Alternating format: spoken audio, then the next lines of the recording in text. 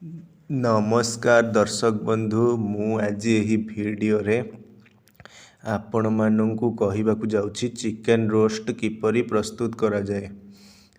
जदि आपण माने कहीं चैनल रे नुआ थांती चैनल को सब्सक्राइब करंतु एवं पाखरे थिबा बेल आइकन टी ऊपर प्रेस करी ऑल नोटिफिकेशंस ऊपर क्लिक कर दियंतु ताहले एमिति जहाँ भी किछि नुआ नुआ रोषेई संबंधी वीडियो अपलोड करी सर्वप्रथमे आपण माने देखा पाई परिबे एवं चैनल को यथेष्ट मात्रा रे लाइक शेयर करने को भी भूलिबेनी।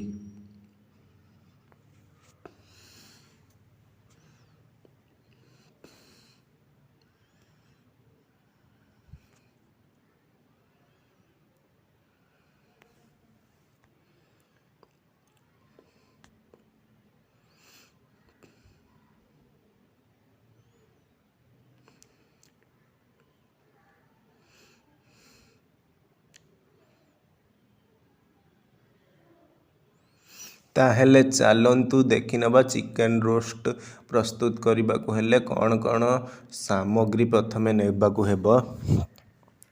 1 किलोग्राम कुकुड़ा मांस, 4टी सुखिला लंका, 6टी गोलमरीच, 1 चा चामच धनिया, अर्ध चा चामच हलदी पाउडर, 1.5 सेमी अदा, 9 पाखुड़ा रसुण, 6टी देसी पियाज, खंडे डालीचीनी, अर्ध चा चामच गरम मसला पाउडर,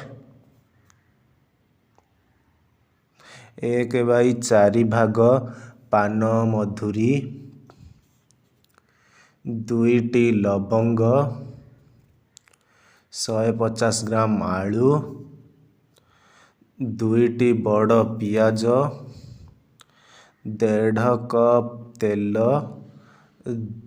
दरकार मुताबक लूण और हलदी। प्रस्तुति लंका गोलमरीच धनिया अदा रसुण देसी पियाज बाटिब, मांस खंड सबू लूण हलदी बटा मसला और गरम मसला पाउडर सबू गोलाई ताकू अल्प टिके पानी देई सिझाइब। मांस सिझीजिब हेले भांगिला भली होई नथिबो सेतेबेले सेथिरु पानी सुखाई देई काढ़ी रखिब। कड़ाई रे तेल गरम करी प्रथमे 2टा बड़ पियाज को सरू सरू काटी लाल करी भाजिब। आलूर चोपा छड़ाई लंबा लंबा काटी छाणी रखिब।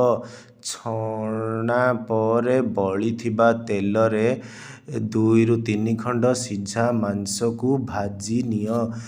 भजारे मांस जेपरी लाल होई जिब।